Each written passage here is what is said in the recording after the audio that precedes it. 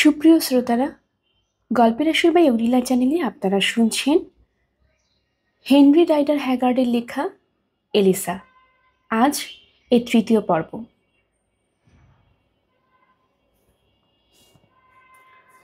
উৎসর্গ। রাজপুত্র চিরজীবী হন। চিন্তার জাল ছিন্ন হয়ে গেল এজিএলের। দেখল টুপি খুলে মাথা নিচু করে দাঁড়িয়ে আছে মেটেম। তবে রাজপুত্র যদি চিন্তার স্রোতে দুর্বোধ্যতাকে প্রশ্রয় দেন, তাহলে আপনার জীবন দীর্ঘ জীবনে দুঃখে ভরা হবে। আমি শুধু চিন্তা করছিলাম মেটেম, বলল এজিএল। তা দুর্বোধ্য কিছু নয়। যাকে আপনি রক্ষা করেছেন সে এলিসার কথা চিন্তা করছিলেন রাজপুত্র। আমার তাই ধারণা। সুন্দরী সে, কি বলেন? অমন মায়াময় স্বপ্নীল চোখ আর রহস্যময় হাসি আমি আর কখনো কোনো মেয়ের দেখিনি। তবে আমার অভিজ্ঞতা বলে সুন্দরী অথচ বেশি বোঝে না এমন মেয়েই ভালো। ব্যাপারটা সত্যি দুঃখজনক যে এলিসা মেয়েটা বালটিসের উপাসিকা। ঈশাচার অসন্তুষ্ট হবেন। রাজপুত্র, আপনি তো জানেন পবিত্র ঈশাচার আপনার জন্য কঠোর একজন পথ প্রদর্শক। কি জন্যে এসেছো মেটেম? মেটেমকে থামিয়ে দিয়ে জিজ্ঞেস করলো এজিএল। আমাকে ক্ষমা করবেন রাজপুত্র, বলল মেটেম। দুহাত দুদিকে ছড়িয়ে দিয়ে যেন অশুভকে তাড়াচ্ছে সে। আজ ব্যবসায় ভালো লাভ হয়েছে আমার, সেই খুশিতে মদ খেয়েছি। যদি আপনার সামনে বেশি কথা বলে থাকি তাহলে ক্ষমা প্রার্থনা করছি। যে কারণে আমার আশা, মন্দিরে একটা উৎসব হচ্ছে, ওটা আগন্তুকদের দেখার সুযোগ আছে। সুযোগটা খুব কম পাওয়া যায়। কাজেই আমি ভাবলাম কাল রাতে জঙ্গলের সেই অভিজ্ঞতার পর আপনি হয়তো অনুষ্ঠানটা দেখতে চাইবেন। যদি যান তাহলে আপনাকে আমি নিয়ে যেতে পারি ওখানে। এই জেলের প্রথমে মনে হলো মানা করে দেয়, ঠোঁটে চলে এসেছিল কথাগুলো, কিন্তু আরেকটা চিন্তা মাথায় আসা যাবে না বলল না। একবার অন্তত যাওয়া যাক, গিয়ে দেখা যাক অনুষ্ঠানে এলিসা কি দায়িত্ব পালন করে। কৌতূহলটা অন্তত মেটাবে তাতে। অনুষ্ঠানটা কিসের? জিজ্ঞেস করলো এজিএল। অসুস্থ বালটিসের অবতারের আরোগ্য কামনা করে উৎসর্গ অনুষ্ঠান রাজপুত্র। কি উৎসর্গ করা হবে? আমি যতদূর শুনেছি একটা ঘুঘু, বলল মেটিন। যাচ্ছি তোমার সঙ্গে আমি, সিদ্ধান্তে এসে বলল এজিএল। ঠিক আছে রাজপুত্র। চাকর আর প্রহরীর দল দরজায় আপনার জন্য অপেক্ষা করছে। প্রাসাদে ঢোকার প্রধান দরজায় তাকে নিয়ে যাওয়ার জন্য প্রহরী আর চাকরদের অপেক্ষা করতে দেখল এজিএল। তাদের সঙ্গে পবিত্র ঈশাচারও আছে। তাকে এজিএল জিজ্ঞেস করল, আপনি কি বলতে পারেন কিসের অনুষ্ঠান হবে? পারি, বললেন গম্ভীর ঈশাচার। বিধর্মীরা তাদের মিথ্যা দেবীর উদ্দেশ্যে প্রাণ উৎসর্গ করবে। আপনি কি আমার সঙ্গী হবেন ঈশাচার? আপনি যেখানে যাবেন সেখানে আমিও যাব, বললেন ঈশাচার। তাছাড়া রাজপুত্র, এই শয়তানের উপাসনা দেখার পেছনে আপনার যেমন উদ্দেশ্য আছে তেমনি আমারও উদ্দেশ্য আছে। আগে আগে চলল মেটিম। মন্দিরের উত্তরে 1 গজ চওড়া দরজার সামনে পৌঁছে প্রহরীর সঙ্গে কথা বলল সে। সবাইকে ভেতরে ঢুকতে দেওয়ার জন্য সরে দাঁড়ালো প্রহরী। পথ এত সরু যে একজন একজন করে ঢুকলো সবাই। বিরাট দালানের ভেতরে সরু সরু পথ, গাঁথনি ছাড়া গ্র্যানিটের উঁচু সব দেয়াল। একটা খোলা জায়গায় পৌঁছলো এজিএলরা। অনুষ্ঠান ইতিমধ্যেই শুরু হয়ে গেছে। ঠিক মাঝখানে গ্র্যানিটের চত্বরের আছে 2টো স্তম্ভ। বড়টা উচ্চতায় ফুট 30 হবে, ছোটটা তার অর্ধেক। স্তম্ভগুলো পাথরের তৈরি। মেটেম জানালো স্তম্ভ দুটো এল এবং বালটিসে প্রতীক। স্তম্ভের সামনে রয়েছে পাথরের তৈরি একটা বেদি আর মঞ্চ। মাঝখানে মাটিতে একটা গর্ত আছে, সেখানে জ্বলছে প্রচুর কাঠ। বেদি এবং মঞ্চ গোল করে ঘিরে রেখেছে উপাসক আর উপাসিকারা। বৃত্তাকারে দাঁড়ানো পূজারীরা ছাড়াও আরও আছে দর্শকের দল। বৃত্তাকারে দাঁড়ানো তাদের মাঝে এজিএল এবং তার সঙ্গীদের জায়গা হলো। ইহুদির আগমনে কিছু গোঁড়া অনুসারী অসন্তুষ্ট হয়ে বিড়বিড় করে আপত্তি প্রকাশ করল। এজিএল যখন ঢুকেছে তখন উপাসক উপাসিকারা একটা প্রার্থনার শেষ পর্যায়ে চলে এসেছে। দেব দেবতারা প্রতি আনুষ্ঠানিক প্রার্থনা ছাড়াও বালটিসের অবতার উপাসিকাদের প্রধান সেই মহিলার আরোগ্য কামনা করা হচ্ছে। প্রার্থনা শেষ হলো, এক মেয়ে বেদি সামনে চলে এলো, চেহারার দৃঢ় সংকল্প। হঠাৎ তার সাদা চাদর ছুঁড়ে ফেলে দিল সে মাটিতে। দেখা গেল তার পরনের নাড়ারঙা পোশাক, ফর্সা ত্বক চকচক করছে, স্কারলেট ফুল দিয়ে সাজানো কালো চুল আলোলায়িত। মেয়েটার পা আর হাতে কাপড় নেই, দু হাতে ধরে আছে দুটো ব্রোঞ্জের তৈরি ছোরা। খুব ধীরে নাচতে শুরু করলো মেয়েটা। রঞ্জিত ঠোঁট ফাঁক হলো, যেন কিছু বলবে। আকাশের দিকে মুখ তুলে তাকালো। বাড়ছে নাচের গতি, দ্রুত ঘুরছে মেয়েটা। চুলগুলো গাঁথা ফুলগুলো দেখে মনে হচ্ছে স্কারলেট ফুলের একটা মালা পরে আছে সে। হঠাৎ তার ডান হাতের ছোরাটা ঝিলিক দিয়ে উঠল। মেয়েটার বাম বুকে লাল রক্তের ছোপ দেখা দিল। এবার বাম হাতের ছোরাটা চালালো সে। ডান বুক থেকে রক্ত বেরিয়ে এলো। প্রতিবাদ ছোরা চালানোর সঙ্গে সঙ্গে এই গুঞ্জন করে উঠছে পুরোহিতরা, তারপর চুপ হয়ে যাচ্ছে।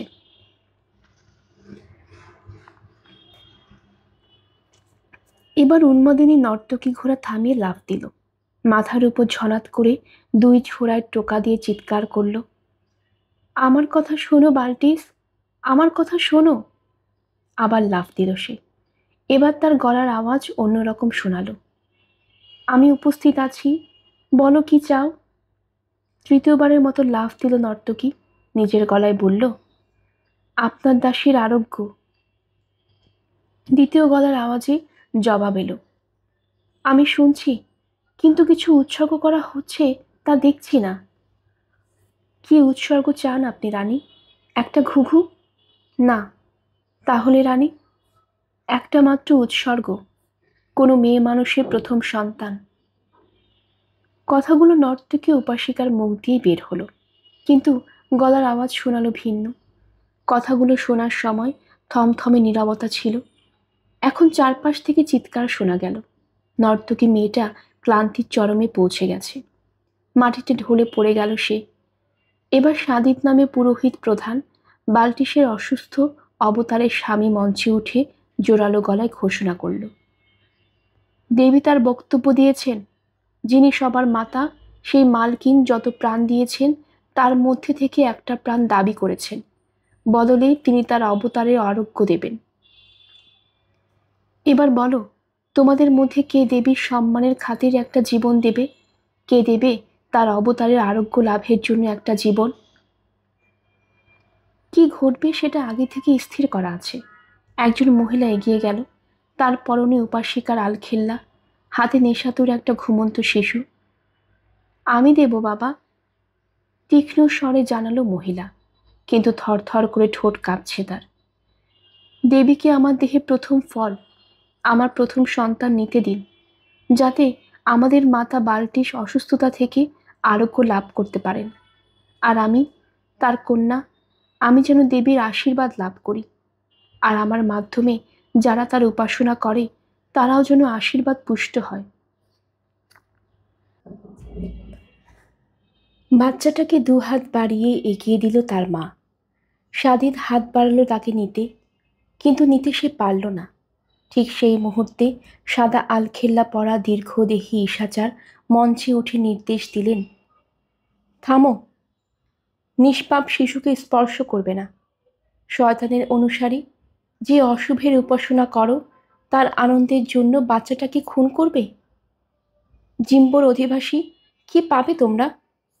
আমার চোখ খোলা, দেখতে পাচ্ছি আমি। শীর্ণ দুহাত নেড়ে উত্তেজিত হয়ে বলে চলেছেন নবী ঈশাচার, আমি সত্যিকার এক ঈশ্বরের তলোয়ার দেখতে পাচ্ছি, আর সে তলোয়ার আগুন ছড়াচ্ছে এই শহরের অবিশ্বাসীদের ওপর। আমি এই উৎসর্গের জায়গাটা দেখতে পাচ্ছি, মূর্তির পূজারী আর বাল্টিসের উপাসনাকারিণীরা, আমি তোমাদের বলে দিচ্ছি, নতুন চাঁদ ওঠার আগেই তোমাদের রক্তে রঞ্জিত হবে এই স্থান। হে শয়তানের পূজারী, অবিশ্বাসী বিধর্মীগণ, আমার ঈশ্বর তোমাদের মৃত্যুদূত পাঠাবেন, যেমনই করে তিনি উত্তরে পঙ্গপাল পাঠিয়ে সব ধ্বংস করেছিলেন। তখন তোমরা এল আর বাল্টিসের কাছে কাদাকাটি করো। ধ্বংস তোমাদের উপর পতিতই হবে। মৃত্যুর ফেরেশতা আজরাইল তোমাদের কপালের উপর লিখে ফেলেছেন তার নাম। তোমাদের প্রত্যেকের জন্য মৃত্যু নির্ধারিত। শেয়াল তোমাদের দেহ ছিঁড়ে খাবে, আর তোমাদের আত্মার দখল নেবে শয়তান। আর অবাক বিস্ময় আর হতবিহ্বলতায় এতক্ষণ ঈশাচারে বক্তব্য শুনেছে উপস্থিত জনতা আর পুরোহিতরা। খানিকটা যে ভয় পায়নি তাও নয়, কিন্তু এবার প্রচণ্ড রাগে তারা হুঙ্কার দিয়ে উঠল। মঞ্চ থেকে ছেঁচড়ে নামানো হলো ঈশাচারকে, মারধর করতে শুরু করা হলো তাকে।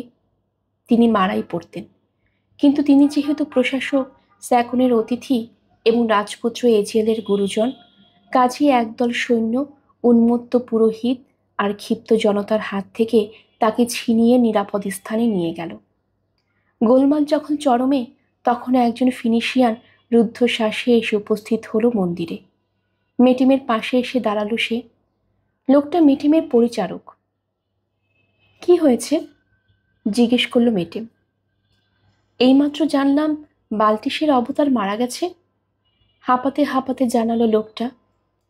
পুরস্কারের লোভ দেখিয়ে যে চাকরানিটাকে আমাদের কাজ হয়ে কাজ করতে দিয়েছিলাম, সে মিনারের জানালা দিয়ে রুমাল বের করতে সংকেত দিয়েছে। আর কেউ জানে এই কথা? না। তাহলে কাউকে আর বলতে যেও না। এজিএলের খোঁজে দ্রুত পায়ে এগোল মেটেম। ঈশাচারে খোঁজ করছিল এজিএল তার সৈন্যদের নিয়ে। এমন সময় তাকে দেখতে পেল মেটেম। কাছে গিয়ে দাঁড়ালো সে।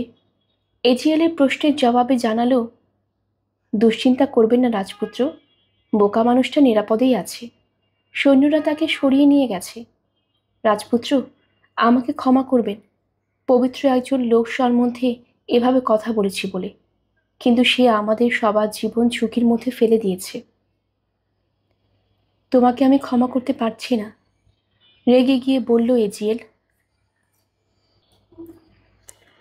তিনি যা করেছেন সেজন্য তাকে আমি সম্মান এবং শ্রদ্ধা করি। চলো, এই অভিশপ্ত জায়গা থেকে চলে যাই। এখানে আর এক মুহূর্তও নয়। মেটেন জবাব দেওয়ার আগেই একটা কণ্ঠস্বর চেঁচিয়ে উঠল, মন্দিরের দরজা বন্ধ করে দাও, যাতে কেউ ঢুকতে বা বের হতে না পারে। উৎসর্গের কাজ শুরু করো। মেটেম বলল, শুনুন রাজপুত্র, আনুষ্ঠানিকতা শেষ না হওয়া পর্যন্ত এখানে আপনাকে থাকতেই হবে। তাহলে শোনো ফিনিশিয়ান, বলল এজিএল, ওই নিরীহ দুর্ভাগা বাচ্চাকে চোখের সামনে জবাই করতে দেখাচ্ছে, আমি বরং আমার সৈন্যদের নিয়ে পথ করে নেব। জীবিত অবস্থায় বাচ্চাটাকে উদ্ধার করব। বাচ্চাটার বদলে ওখানে আপনার লাশ পড়ে থাকবে, বলল মেটেম। ওই দেখুন, একজন মেয়ে মানুষ আপনার সঙ্গে কথা বলতে চায়। একজন উপাসিকার দিকে আঙ্গুল তাক করে দেখালো ব্যবসায়ী। মেয়েটার মুখ নেকাব দিয়ে ঢাকা, পরনে আলখেল্লা। গোলমালের সুযোগে সে এজিএলের দিকে এগিয়ে এসেছে।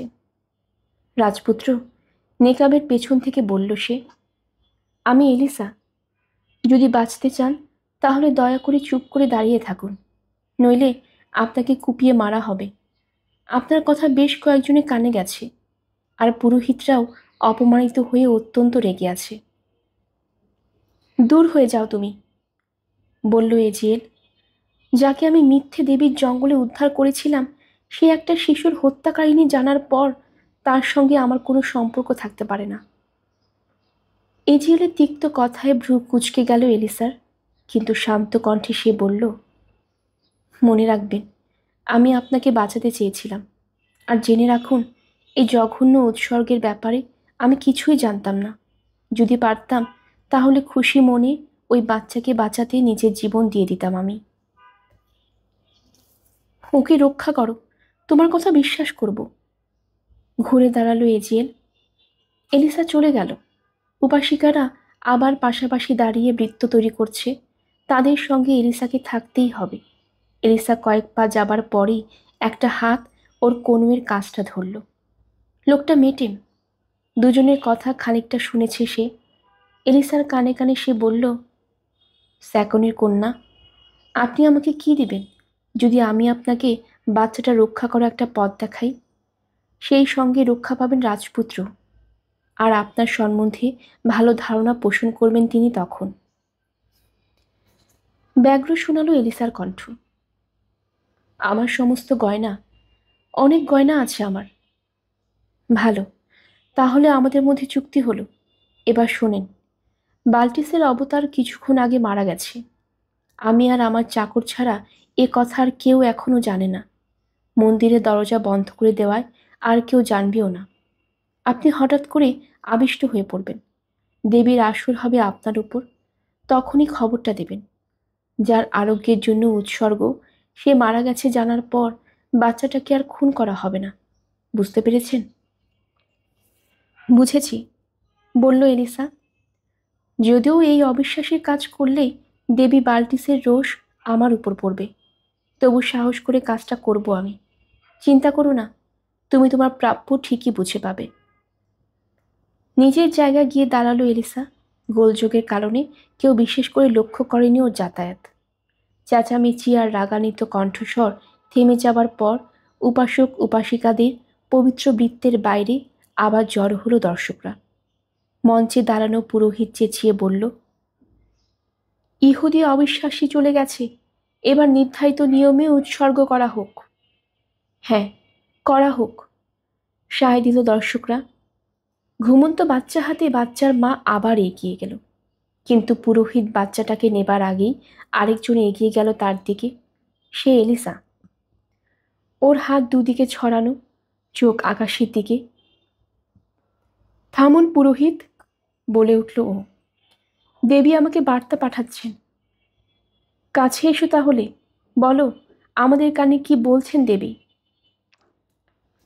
আসলে এ ধরনের আকস্মিক ঐশীবাণীর ব্যাপারে বিন্দুমাত্র বিশ্বাস নেই প্রধান পুরোহিতের। যদি সাহস আর ক্ষমতা থাকতো তাহলে সে এলিসাকে কিছু বলতে না দিয়ে বাচ্চাটাকে জবাই করে ফেলত। মঞ্চে উঠল এলিসা, এখনো চোখ আকাশের দিকে, দু হাত দুদিকে ছড়ানো। পরিষ্কার কণ্ঠে বলল, দেবী উৎসর্গ চান না। যার জন্য উৎসর্গের আয়োজন তার আত্মা তিনি নিয়ে গেছেন। বাল্টিসের অবতার মারা গেছেন। এ কথা শুনে দর্শকদের মাঝে গুঞ্জন উঠল। সেটা খানিকটা জনপ্রিয় ধর্মীয় নেত্রীর বিয়োগে, কিছুটা উৎসর্গ করা হবে না বলে। মিথ্যে কথা, একটা কণ্ঠস্বর বলে উঠল। অবতার এখনো বেঁচে আছেন। মন্দিরের দরজা খুলে দাও, শান্ত গলায় বলল এলিসা। কাউকে পাঠানো হোক, সে জেনে আসুক দেবীর বাণী সত্যি না মিথ্যে। নীরবতা নামল চারপাশে। একজন পুরোহিত রওনা হয়ে গেল খবর নিয়ে আসতে। কিছুক্ষণ পর তাকে ফিরে আসতে দেখা গেল। ভিড় ঠেলে মঞ্চে উঠে এলো পুরোহিত। তারপর চড়া গলায় বলল, স্যাকনের কন্যা সত্যি কথাই বলেছে। দুঃখজনক, কিন্তু বাল্টিসের অবতার মারা গেছেন। এলিসা চেপে রাখা শ্বাস ছাড়ল স্বস্তিতে। যদি ওর কথা মিথ্যে বলে প্রমাণিত হতো তাহলে উপস্থিতদের কোপানল থেকে রক্ষা পেত না ও। হ্যাঁ, বলে উঠল এলিসা, তিনি মারা গেছেন, যেমন আমি বলেছিলাম। তিনি মারা গেছেন প্রকাশ্যে মানব জীবন উৎসর্গ করার প্রথাবিরুদ্ধ যে কাজ আপনারা করছিলেন সেই পাপে। আমাদের ধর্মীয় বিশ্বাস, এই শহরের নিয়ম এবং দেবীর নির্দেশ প্রকাশ্যে মানুষ উৎসর্গ করা নয়। নীরবে লাইন বেঁধে দাঁড়ালো উপাসক উপাসিকারা, তারপর বেরিয়ে গেল মন্দির থেকে। তাদের অনুসরণ করল দর্শকরা। বেশিরভাগেরই মেজাজ চড়ে আছে কাঙ্ক্ষিত জবাব না দেখতে পেয়ে। সিদ্ধান্ত। ঘরে ঢুকে বিছানায় আছড়ে পড়ল এলিসা। কান্নায় ফুলে ফুলে উঠল ওর পিঠ। এ কি করছে ও? উপাসিকা হিসেবে নেওয়া শপথ ভঙ্গ করে দেবীর বদলে মানুষের মুখ থেকে শোনা কথা ঐশীবাণী বলে প্রচার করেছে। শুধু তাই নয়, রাজপুত্র এজিয়েল ওর দিকে কেমন অবহেলা আর ঘৃণা নিয়ে তাকিয়েছে, কেমন অপমান করে কথা বলেছে, সব মনে পড়ছে। যাকে আমি মিথ্যে দেবীর জঙ্গলে উদ্ধার করেছিলাম সে একটা শিশুর হত্যাকারিণী জানার পর তার সঙ্গে আমার কোনো সম্পর্ক থাকতে পারে না। এলিসা ভাবছে, ওর ব্যাপারে বলা এজিএলের অপমানকর কথাগুলো সত্যি নয়। যদি ও আগে থেকে জানতো মানুষ উৎসর্গ করা হবে তাহলে কেউ মন্দিরে যেত? বেশিরভাগ পুরনো ধর্মের মতোই ফিনিশিয়ান ধর্মেও দুটো দিক আছে, আত্মিক আর জাগতিক। আত্মিক দিকটা ফিনিশিয়ান ধর্মে পবিত্র এবং স্বর্গীয় বিষয়। সূর্য, চাঁদ আর গ্রহগুলোকে মহাশক্তির অংশ ধরে উপাসনা করা হয়। ধরা হয় প্রকৃতির মাঝে বিরাজ করছেন মহাপবিত্র সর্বশক্তিমান। সেটাই বিশ্বাস করে এলিসা। সেখান থেকে জ্ঞান আর দিক নির্দেশনা খোঁজে। চাঁদের আলোয় একা প্রার্থনা তার ভালো লাগে, মনে হয় যেন ধৈর্য, শক্তি আর জ্ঞান লাভ করছে। কিন্তু ধর্মের যে গূঢ় অন্ধকারময় দিকটা আছে, সেটা এলিসার দৃষ্টিতে অন্যায্য।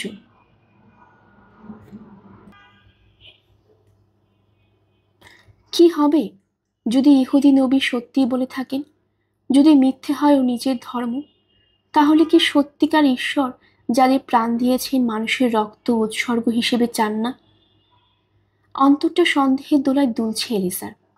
সন্দেহের সঙ্গে আশার উপস্থিতি অনুভব করল। যদিও ধর্মই সত্যি হতো, তাহলে যখনও দেবীর কাছে সাহায্য প্রার্থনা করেছে, তখন সাহায্য পায়নি কেন? ধর্মের ব্যাপারে আরো জানতে ইচ্ছে করছে, কিন্তু কে শিখাবে ওকে ধর্ম বিষয়ে? ঈশাচার ওকে অপরিচ্ছন্ন মনে করে এড়িয়ে চলেন। আর আছে রাজপুত্র এজিয়েল, কিন্তু সেও তো কটু কথা বলেছে। এলিসা ভাবল, ইস, কেন মনে হচ্ছে ওর হৃদয়টা বর্ষা দিয়ে ছেদ করা হচ্ছে। তাহলে কি তাহলে কি রাজপুত্র এজিয়েলকে পছন্দ করে ফেলেছে সে? হ্যাঁ, তাই সত্যি। যখন এজিয়েল কটু কথা বলছিল, তখনও তার প্রতি ভালোবাসা কমেনি ওর। রক্তে শিহরণ জাগলো এলিসার, যেন শিরায় শিরায় আগুনের হলকা বইছে। এমন অনুভূতি আগে কখনো হয়নি ওর। শুধু যে রক্তের শিহরণ তাই নয়, আত্মিকভাবেও শিহরিত। ওর আত্মা এজিয়েলের আত্মার সংস্পর্শ চাইছে। প্রথম দেখাতে কি ওর মনে হয়নি এই মানুষটা খুব কাছের, অনেক আগে হারিয়ে ফেলে আবার খুঁজে পাওয়া কেউ? ও এজিয়েলকে ভালোবাসে, আর এজিয়েল ওকে ঘৃণা করে। কি দুর্ভাগ্য ওর! অন্তরের কষ্টে বিহ্বল হয়ে পড়ে থাকলো এলিসা, যেন গাঢ় অন্ধকারে আলোর চিহ্ন খুঁজছে। ঘরের দরজা খুলে গেল। ভেতরে ঢুকলেন স্যাকুন। দ্রুত পায়ে এগিয়ে এলেন তিনি এলিসার দিকে। জিজ্ঞেস করলেন, কি হয়েছে মন্দিরে? কাঁদছো কেন তুমি? কাঁদছি কারণ তোমার অতিথি রাজপুত্র এজিয়েল আমাকে বলেছেন আমাকে তিনি মিথ্যে দেবীর জঙ্গলে উদ্ধার করেছিলেন, আর আমি একটা শিশুর হত্যাকারিণী। তলোয়ারের বাট আঁকড়ে ধরলেন স্যাকুন। তারপর নিজেকে সামলে বললেন, আমার মাথার কসম, উনি রাজপুত্র হন আর যাই হন, তাকে এজন্য আমার কাছে জবাবদিহি করতে হবে। না বাবা, তার মনে হয়েছে কথাগুলো শোনার উপযুক্ত আমি। শোনো। মন্দিরে কি ঘটেছে বলে গেল এলিসা, গোপন করল না কিছুই। এখন মনে হচ্ছে ঝামেলার উপর আরো ঝামেলা আসছে। এলিসা থামার পর বললেন স্যাকুন, পুরোহিত আর জনতা রাজপুত্র আর অগ্নিবর্ষীর বক্তা ঈশাচারের উপর ক্ষেপে আছে। এলিসা, শুনে রাখো, আমি যদিও আমার পূর্বপুরুষদের মতোই বাল্টিস আর এলের একজন অনুসারী, তবু আমি জানি ইহুদিদের যেহোবা মহান আর শক্তিশালী ঈশ্বর। তার নবীরা মিথ্যে বলেন না। তরুণ বয়সে দেখেছি সেটা আমি সিডনের তীরে। ঈশাচার কি বলেছেন? নতুন চাঁদ ওঠার আগেই মন্দিরে রক্তে স্রোত বইবে। তাহলে তা হতেও পারে। ইথোবাল আমাদের বিরুদ্ধে যুদ্ধের হুমকি দিচ্ছে এলিসা। 1 মাস আগে তার সম্মানে যে অনুষ্ঠানের আয়োজন করেছিলাম আর তাতে তুমি নেচেছিলে, সেই তখন থেকে তোমার জন্য সে পাগল হয়ে আছে। আর এখন রাজপুত্র এজিয়েলের প্রতি হিংসায় জ্বলছে ইথোবালের অন্তর। আজ বিকেলে সে আমাকে বলেছিল জনসম্মুখে সভা করতে। সেই সভায় সে আনুষ্ঠানিকভাবে তোমাকে বিয়ে প্রস্তাব দিত। প্রত্যাখ্যাত হলে যুদ্ধ ঘোষণা করত। আমি গোপনে তার সঙ্গে সভা করি। হ্যাঁ এলিসা, এখন আমার মনে হচ্ছে ঈশাচারের কথার সে ঐশ্বরিক তলোয়ার ইথোবাল ছাড়া আর কেউ নয়। যদি সেই তলোয়ার আমাদের ওপর আঘাত হানে, তাহলে আঘাতটা হানবে সে তোমার জন্য এলিসা। ঈশাচার তা বলেননি বাবা। তিনি বলেছেন শহরবাসীর পাপ আর মিথ্যের উপাসনাই তাদের ধ্বংসের কারণ হবে। ঈশাচার কি বলেছেন তাতে কি আসে যায়? দ্রুত বললেন স্যাকন। আমি ইথোবালকে কি বলবো? অদ্ভুত একটা হাসি দেখা দিল এলিসার ঠোঁটে।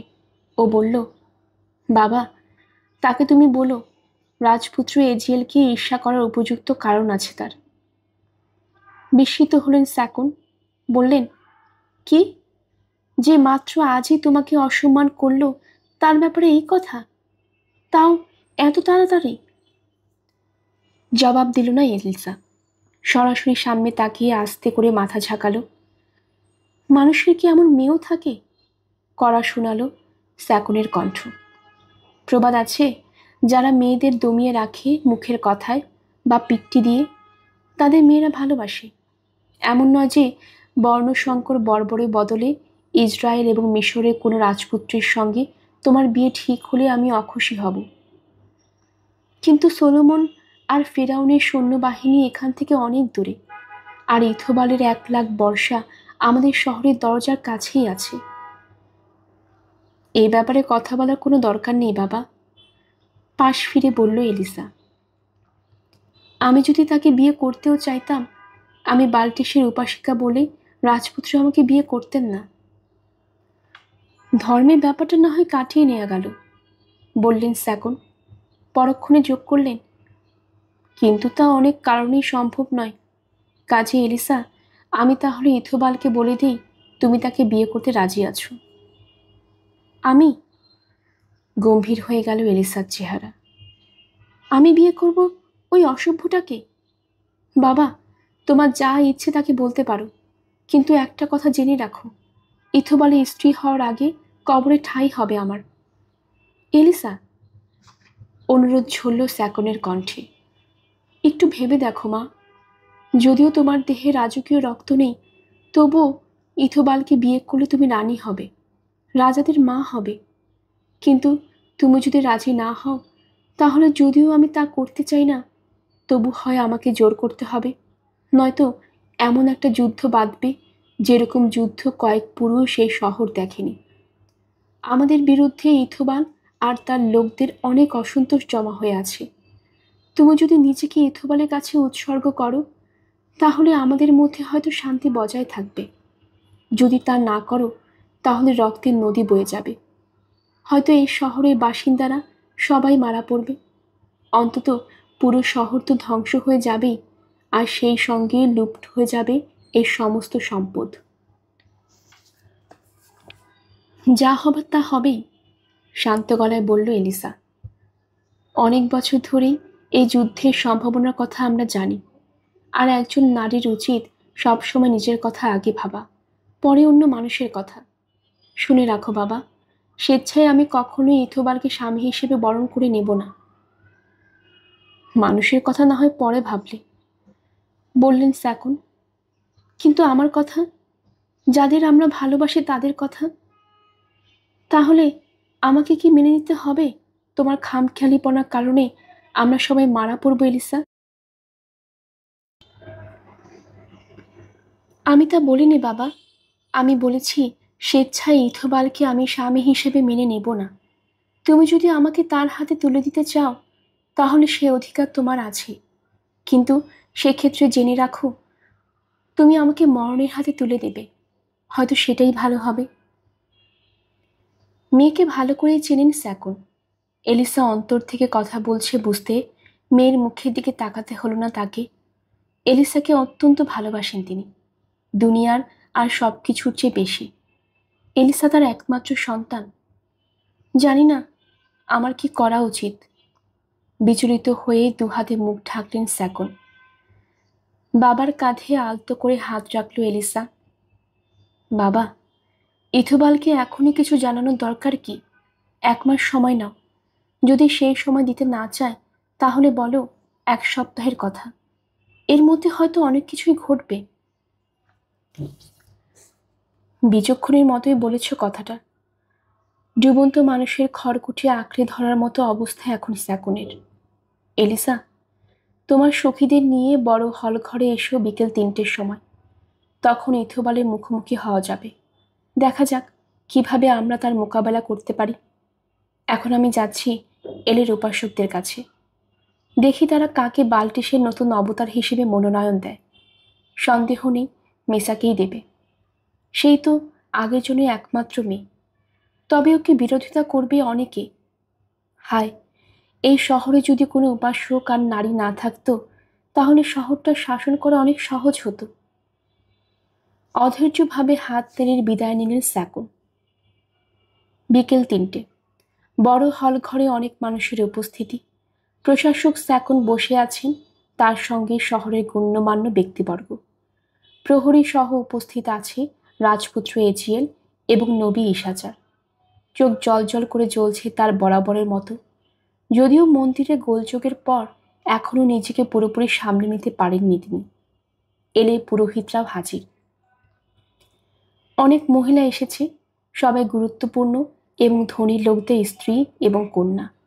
সেই সঙ্গে আছে সভা দেখতে আসা অসংখ্য সাধারণ নাগরিক। হলঘরের দরজা কাছাকাছি জায়গা নিয়েছে তারা।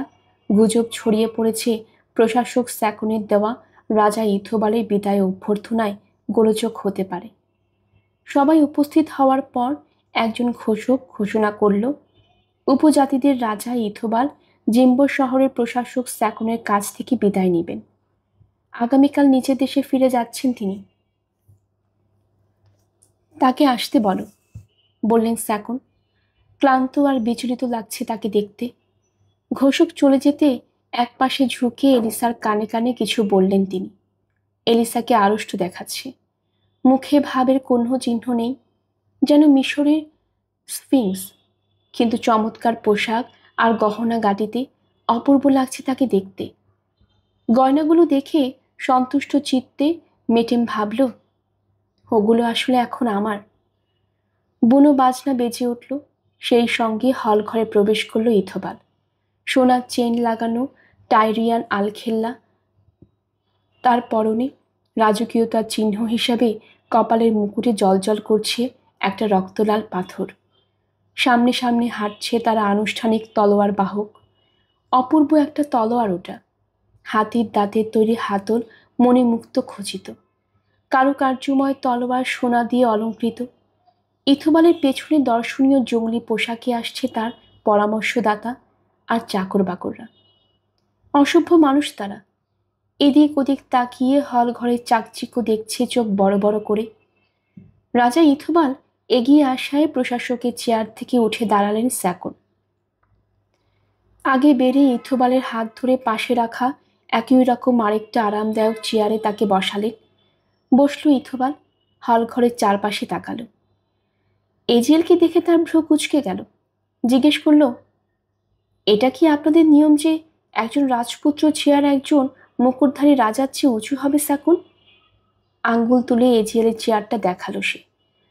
মঞ্চে ওই চেয়ারটা অন্যগুলো চেয়ে সামান্য উঁচু অবস্থানে আছে। স্যাকুন কিছু বলতে যাচ্ছিলেন, কিন্তু এজিএল শীতল স্বরে বলল, যেখানে আমাকে বসতে বলা হয়েছে সেখানেই আমি বসেছি। রাজা ইথোবাল যদি ইচ্ছা করেন তাহলে তিনি আমার বদলে এই চেয়ারে বসতে পারেন। ফেরাউন আর সলোমনের নাতির কোনো অসভ্য জাতির রাজার সঙ্গে এই বিষয়ে বিরোধে যাওয়ার দরকার পড়ে না। চেয়ার ছেড়ে লাফ দিয়ে উঠে দাঁড়ালো ইথোবাল। তার হাত চলে গেছে তলোয়ারের বাটে। রাগে থমথম করছে মুখ। তলোয়ারটা এক টানে বের করে এজিএলের চোখের সামনে ধরল সে। হয় লড়াই করো, নইলে ক্ষমা প্রার্থনা করো, নইলে আমার চাকররা লাঠি পেটা করে ক্ষমা প্রার্থনা করতে বাধ্য করবে। নির্ভীক দৃষ্টিতে ইথোবালের দিকে তাকালো এজিএল। তারপর অবহেলা ভরে মুখ ফিরিয়ে নিল। স্যাকুন চেঁচিয়ে উঠলেন, যথেষ্ট, যথেষ্ট। এটা লড়াইয়ের জায়গা নয়। রাজা ইথোবাল, আপনি আমার অতিথি রাজপুত্র এজিএলের সঙ্গে অযথা ঝগড়া বাঁধাচ্ছেন। আমি ইসরায়েল, মিশর এবং টায়ারের রাজাদের রোষে পড়তে চাই না। লড়াই করবেন না আপনারা। নিরাপত্তার প্রয়োজনে দরকার হলে রাজপুত্রকে পাহারার ব্যবস্থা করতে হবে আমাকে। কি বলবেন বলুন রাজা ইথোবাল, নইলে আমি সভা ভেঙে দিচ্ছি। আমার লোকরা আপনাকে সসম্মানে শহরের সদর দরজা পর্যন্ত পৌঁছে দিয়ে আসবে। ইথোবালের পরামর্শদাতারা তার কানে কানে কি যেন সব বলল। দেখে মনে হলো ইচ্ছের বিরুদ্ধেও তাদের কথা মেনে নিল ইথোবাল।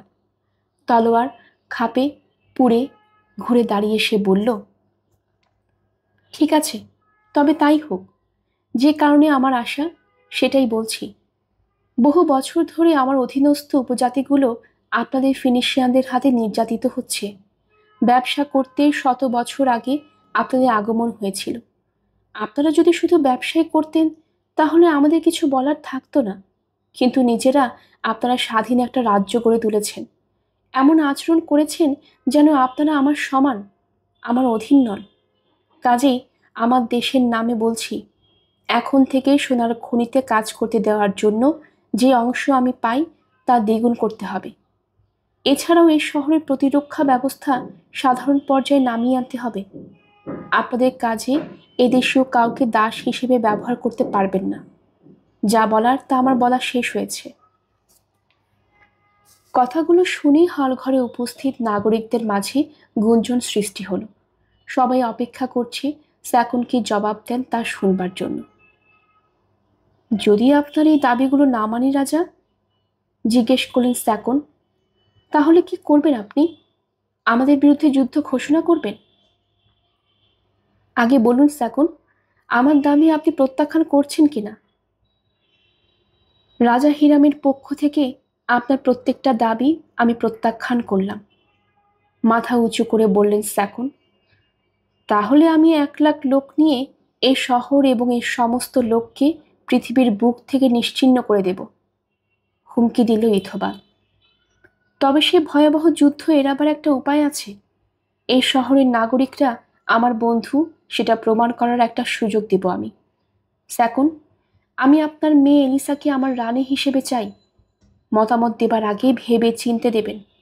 মনে রাখবেন, জবাবটার উপর নির্ভর করছে জিম্বোর সমস্ত মানুষের প্রাণ। ইথোবাল থেমে যেতে হল ঘরে পিন পতন নীরবতা থামল। সবাই এলিসার দিকে তাকিয়ে আছে। এখনো এলিসার চেহারা আগের মতোই একেবারে ভাবলেশহীন। চেহারা দেখে বোঝার উপায় নেই তার মনের ভেতরে কি চলছে। এজিয়েলও এলিসার দিকে তাকিয়ে আছে।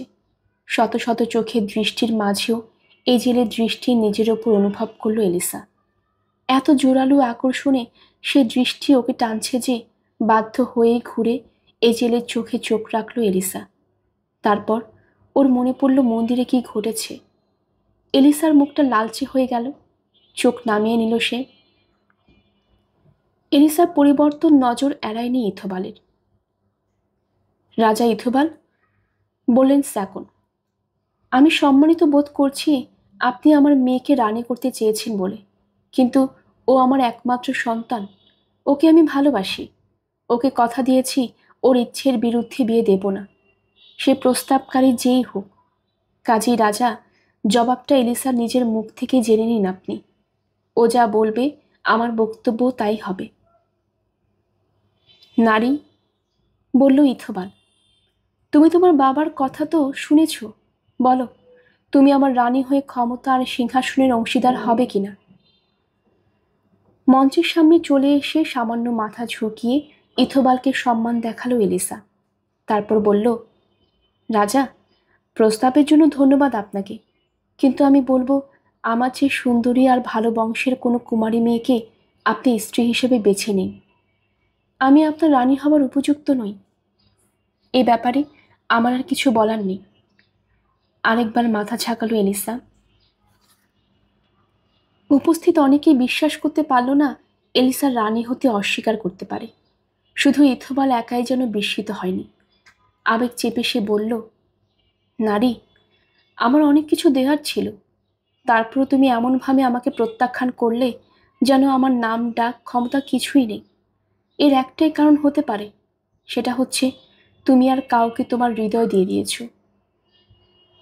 আপনার যা ইচ্ছে ভাবতে পারেন রাজা, বলল এলিসা, তবে সত্যি আমার হৃদয় আমি অন্যখানে দিয়ে দিয়েছি।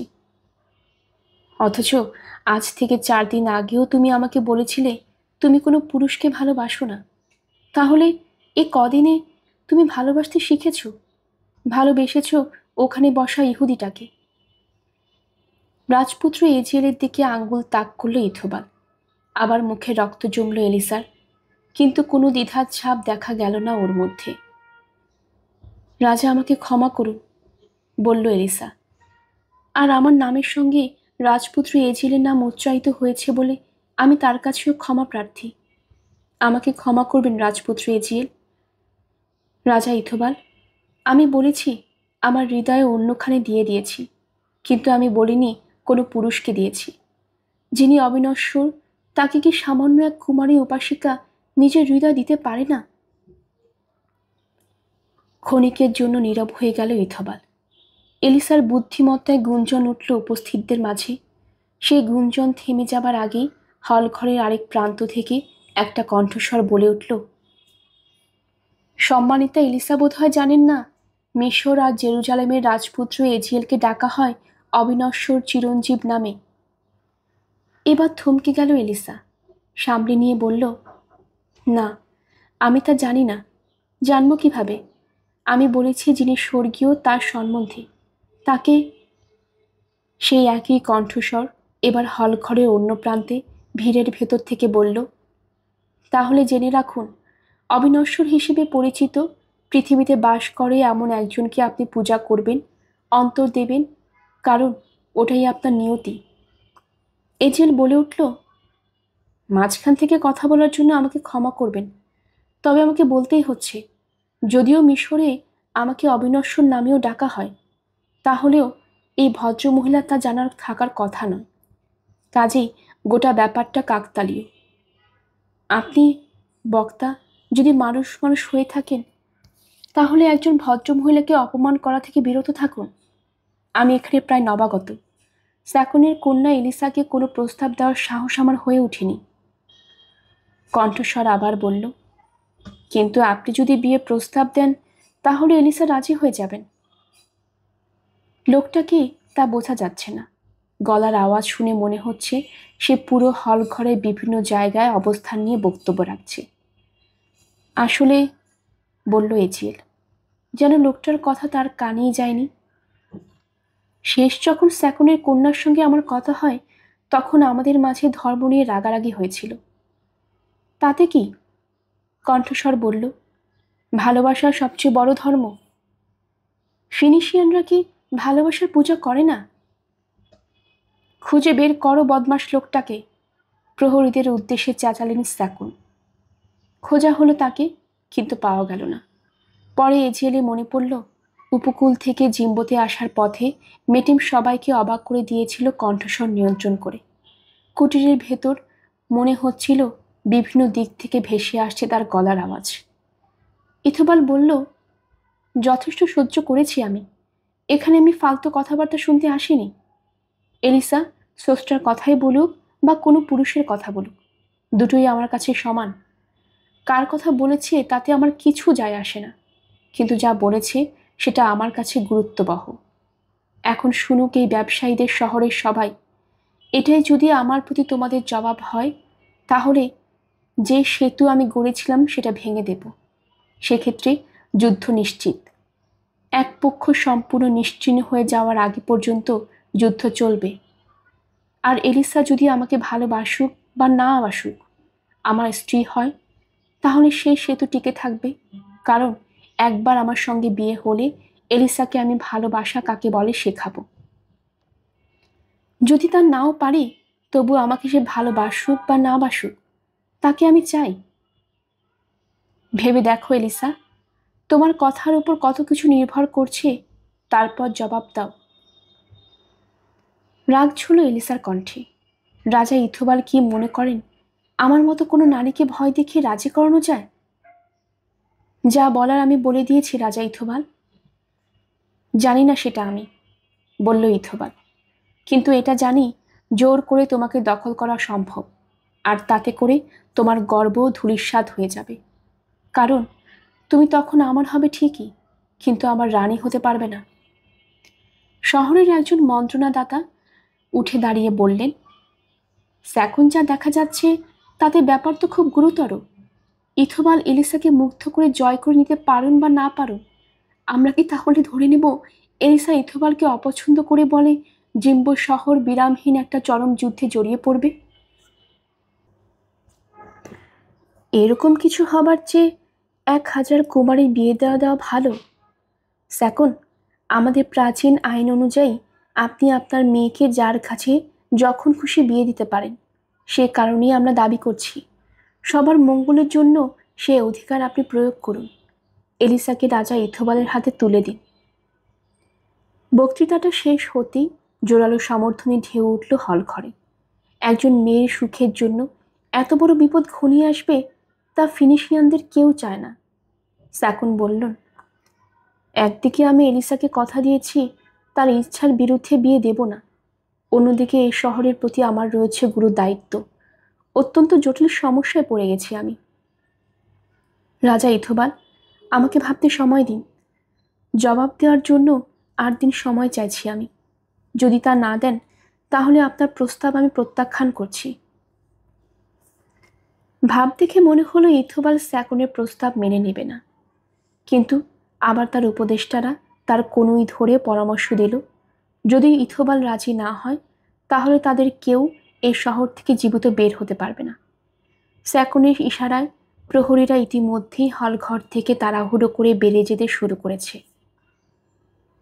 ঠিক আছে স্যাকুন, রাজি হলো ইথোবাল। আজ রাতে আমি শহরের বাইরে তাঁবু ফেলব। যে লোক আপনাদের বিরুদ্ধে যুদ্ধের কথা বলেছে তার জন্য এই শহরের ভেতর থাকা আর নিরাপদ নয়। মনে রাখবেন, আজ থেকে 8 দিন পর আপনার লোকজন এলিসাকে আমার কাছে নিয়ে আসবে পারস্পরিক শান্তির প্রতীক হিসেবে। তা নইলে আমি আমার হুমকি কার্যকর করব। বুক টান টান করে দাঁড়ালো ইথোবাল। ততদিন পর্যন্ত বিদায় স্যাকুন। নিজের লোকদের নিয়ে হলঘর থেকে বেরিয়ে গেল সে।